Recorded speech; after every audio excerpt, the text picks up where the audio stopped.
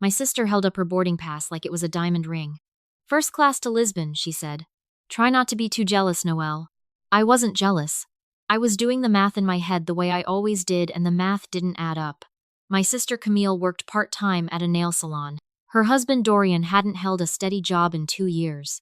And yet here they were at my parents' dining table announcing a 10-day trip to Portugal with business-class seats that cost more than most people's rent. That's wonderful, I said, and meant it, because I genuinely didn't care what they did with money that wasn't mine. I should have cared more. I just didn't know yet that some of it was. My name is Noelle Prescott.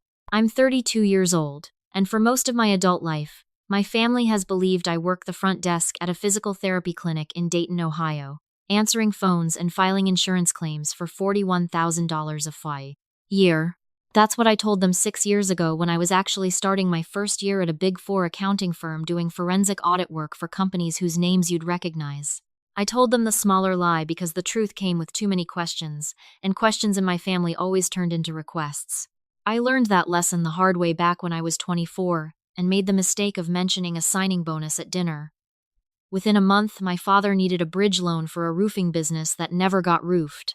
My mother needed help with a home renovation that turned into 3 home renovations. My brother needed capital always, for something that was about to take off. So I did the only sane thing I could think of. I became boring. I drove a 10-year-old Corolla. I wore the same 3 blazers on rotation. I let them believe I was the family's cautionary tale, the daughter who should have gone into something more practical, while I quietly built a life they knew nothing about: a condo in Dayton's Oregon district, a retirement account, with a number I didn't say out loud even to myself, and a reputation at my firm as the person you called when a company's books didn't smell right. Being invisible had its uses. It had a cost too, but I didn't understand that yet. The dinner where everything started was at my parents' house, a Sunday in early April. My mother Renata had made her pot roast the good one, which meant she wanted something.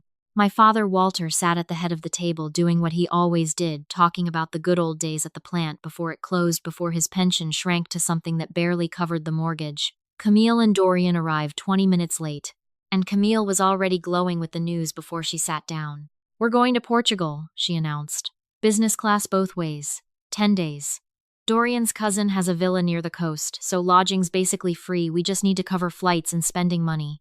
That's exciting, I said carefully. How much are flights running? About $1,800 a person round trip, Camille said, waving a hand like it was nothing. We already booked ours and Mom and Dad's. We just need to figure out the rest. I looked at my mother.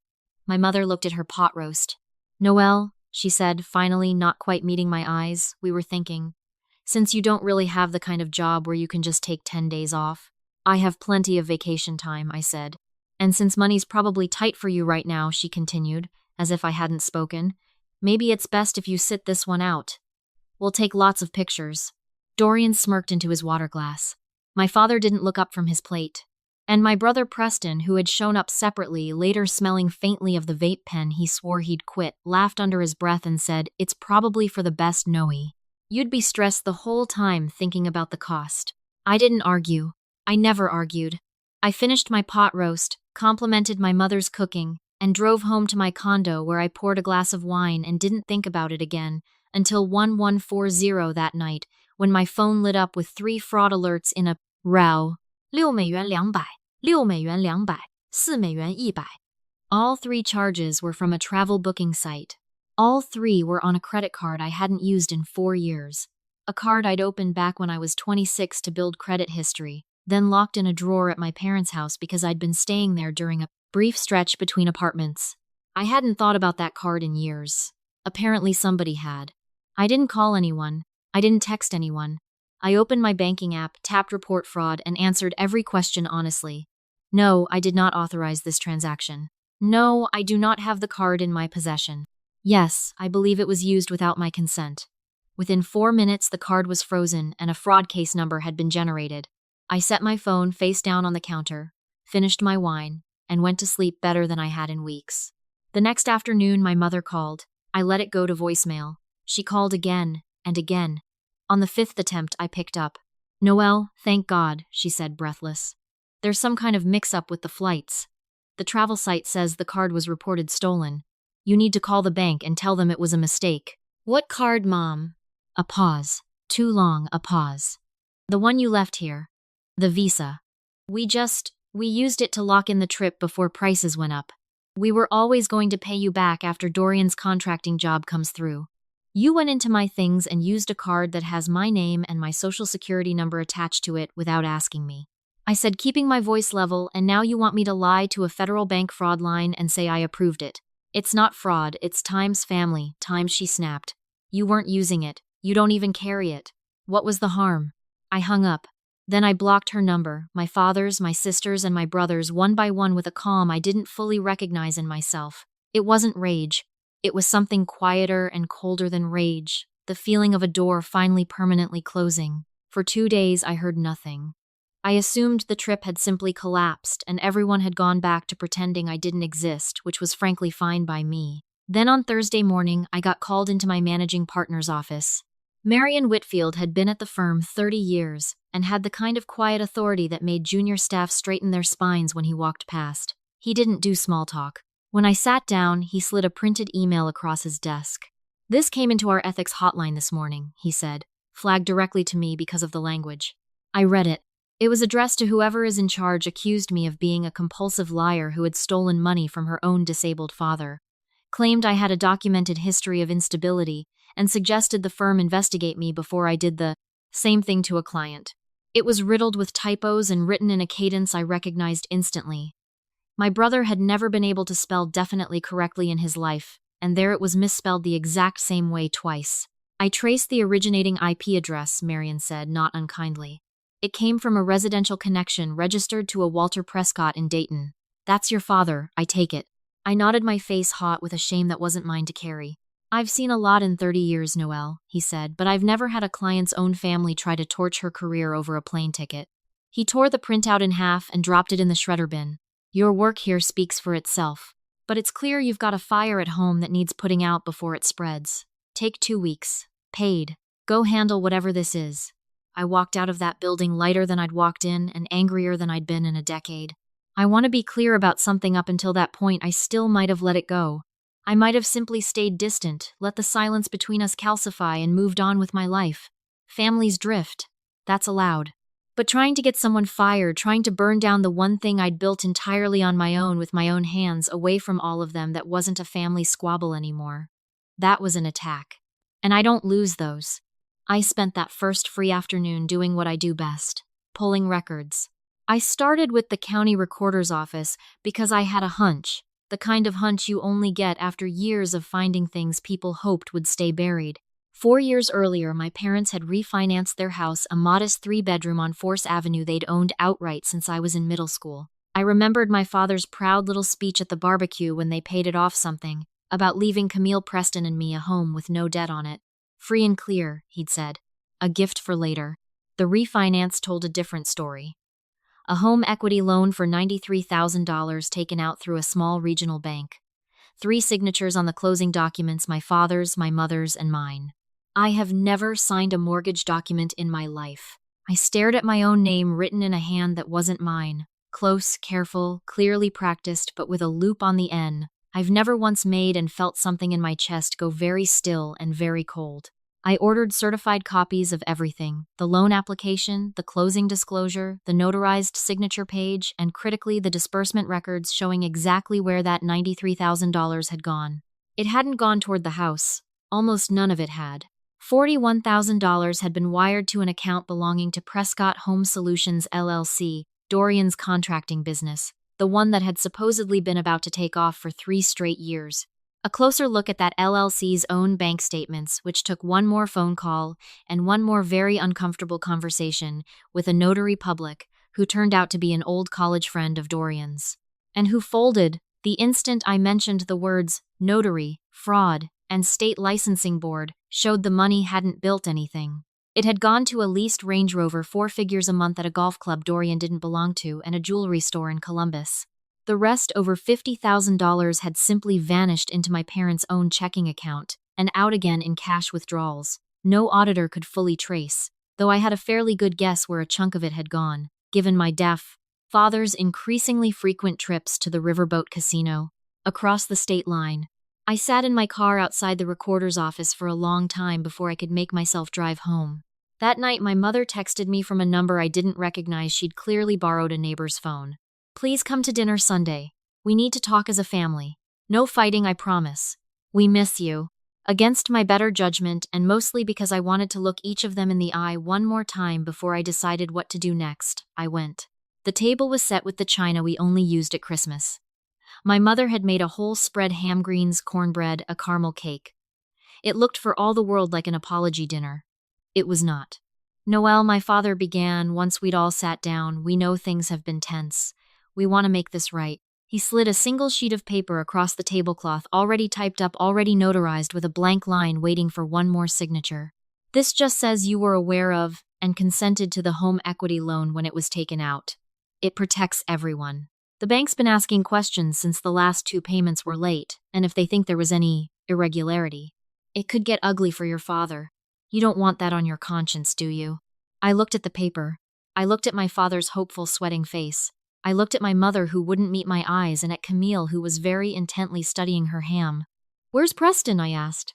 "Running late," my mother said quickly. I picked up the pen. "I want you to understand for 1 second, I actually considered it, not because I believed a word of what they'd told me, but because some small, stupid 12-year-old part of me still wanted more than anything for this to be the moment they finally chose me over the mess they'd made."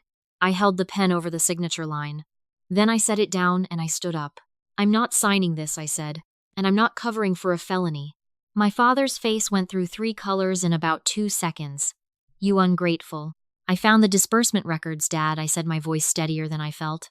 "I know about the Range Rover. I know about the casino withdrawals. I know Dorian's business has never turned a profit in its life. You forged my signature on a $93,000 loan and used your own daughter's identity as collateral for a lifestyle you couldn't afford, and now the bank is closing in and you want me to lie under oath to bail you out one more time." I picked up my purse. "I'm done being the emergency fund." I walked out of that house and didn't look back, even when I heard my mother start to cry, even when my father shouted something about how I'd always thought I was better than this family. I got in my car, and for the first time in longer than I could remember, my hands weren't shaking. They were completely, perfectly steady. 2 weeks later, I went to the bank myself. Not to plead. Not to negotiate. I went to the loss mitigation department of the small regional bank, holding that $93,000 note, and I laid out calmly, and with documentation, exactly what had happened. A forged signature. A fraudulently obtained loan, a house. Now 4 payments behind and heading toward default. I told them I wanted to purchase the note outright, the full remaining balance in cash, through a holding company I'd set up that week with the help of a real estate attorney I trusted from a case years earlier. I didn't do it out of charity. I did it because I understood something about my parents that they'd never once understood about me. The house was the only leverage I would ever have with them, and I intended to use it. 3 weeks after that, right on schedule, the sheriff's notice of pending foreclosure sale showed up taped to their front door. I know because I drove past to see it myself. What my parents didn't know, because I never told them, was that the sale had already quietly closed 2 days earlier. The buyer of record was a company called Faro Holdings LLC. My name appeared nowhere on the paperwork. I let them sweat for exactly 9 more days. The occasion that finally brought everyone back into one room was, of all things, my parents' 40th wedding anniversary, a party my mother had been planning for over a year. Rented hall and all, half of it I now knew paid for with money that used to be mine. I wasn't invited. Camille let it slip during a call to my aunt, who called me out of guilt, because even my aunt thought leaving me off the guest list for my own parents' anniversary was a step too far. I showed up anyway, quietly, not as a guest.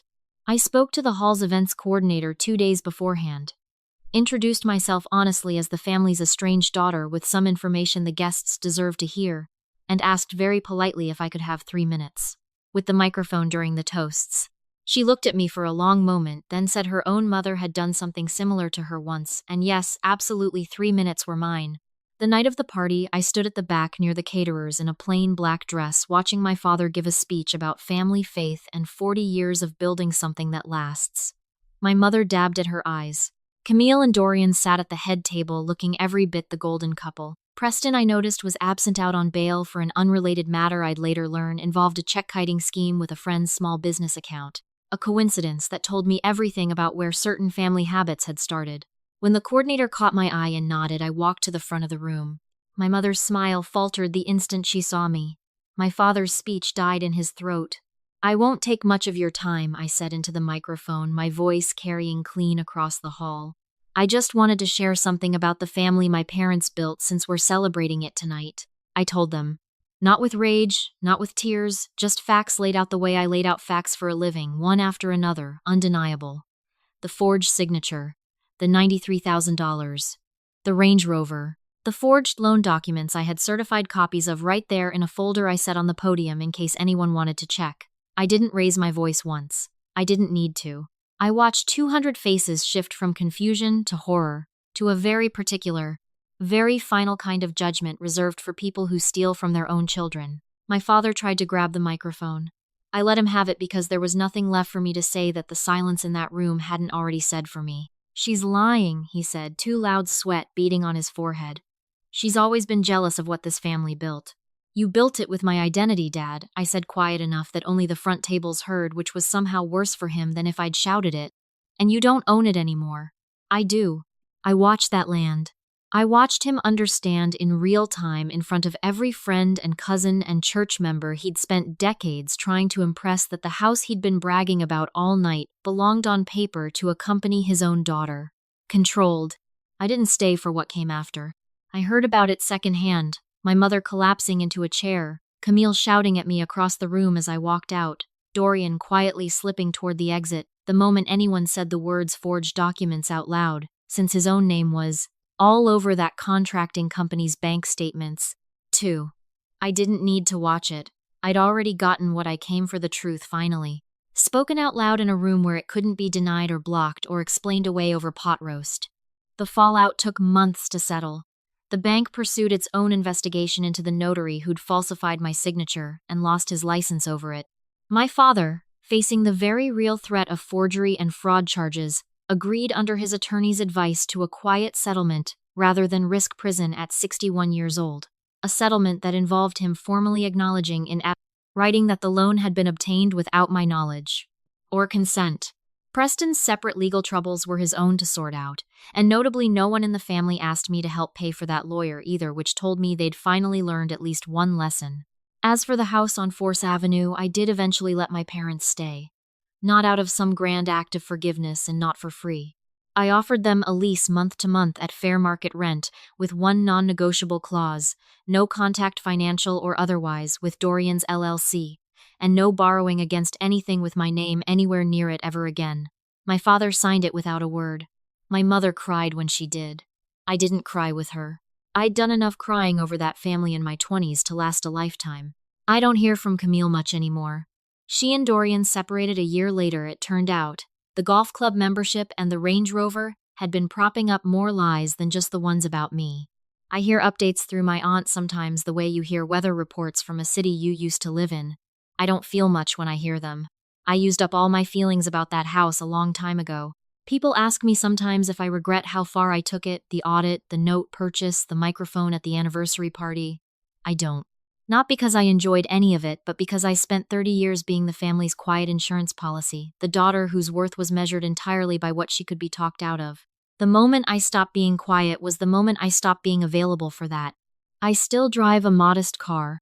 I still keep my finances mostly private even now, because old habits protect you even after the reason for them is gone. But I don't shrink at dinner tables anymore. I don't apologize for what I've built. And if anyone ever again looks at me and decides based on nothing but their own assumptions that I'm the one who should stay behind, I've learned the hard way exactly how to make sure they're the ones left holding the bags. If there's a lesson in any of this, it's this: love that only shows up when it wants something isn't love, it's an invoice. You're allowed to stop paying it. You're allowed to find out calmly and on your own terms exactly what's owed to you and to collect. Thanks for listening. Take care of yourselves and take care of your own peace too. It's the one investment no one can ever forge your signature on.